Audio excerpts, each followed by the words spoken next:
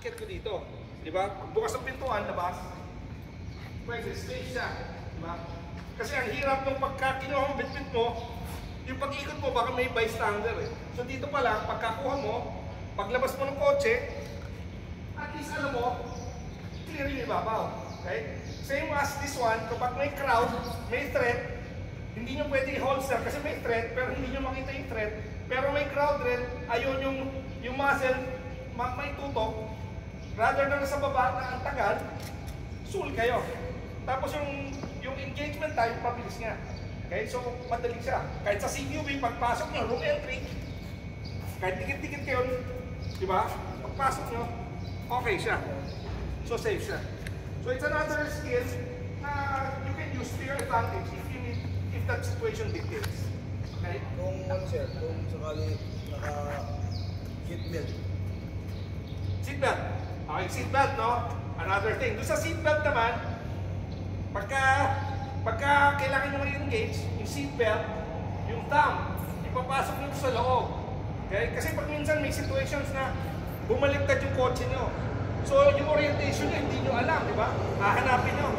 Pasok nyo lang doon sa seatbelt, gawin yung release. Kung saan siya mag-end, saan siya mag-end, nandun yung pindot, tanggal. Mas mabilis. Kasi hindi mo pwede ganun, hindi ganun pa eh. At hindi ka rin makakalis, di ba? So, sundan mo. Wherever, kahit na madilim, kung saan mag-end yung daliri mo, yun yung exit point. So, pindot. Okay? Kung kanan sa driver, kanan, pindot. Tanggal. Okay? So, yan. Another technique. Okay? Any questions? Pero ano na siya, kahit lakas dito siya, kung labas mo sa sakyan, dapat dito lang sa taas. Hindi, yung sa sul, dito sa taas para safe ka lang, depende sa situation.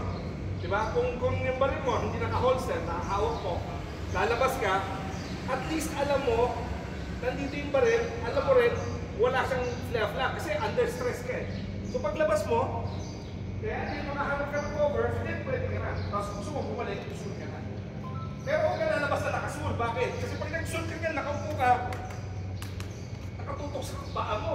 Di ba? Baka magkaroon ng ED. So dito, yan yung option. Okay? So depende sa situation. Yes, sir. Hindi. Temple index. Temple index. Temple index. Okay? So, sul at saka temple index. Okay? So, again, ang gagawin natin next is ipapractice natin, naka-gear kayo, yung unorthodox shooting position. Para mamaya, pag nandun tayo sa range, gamay mo na.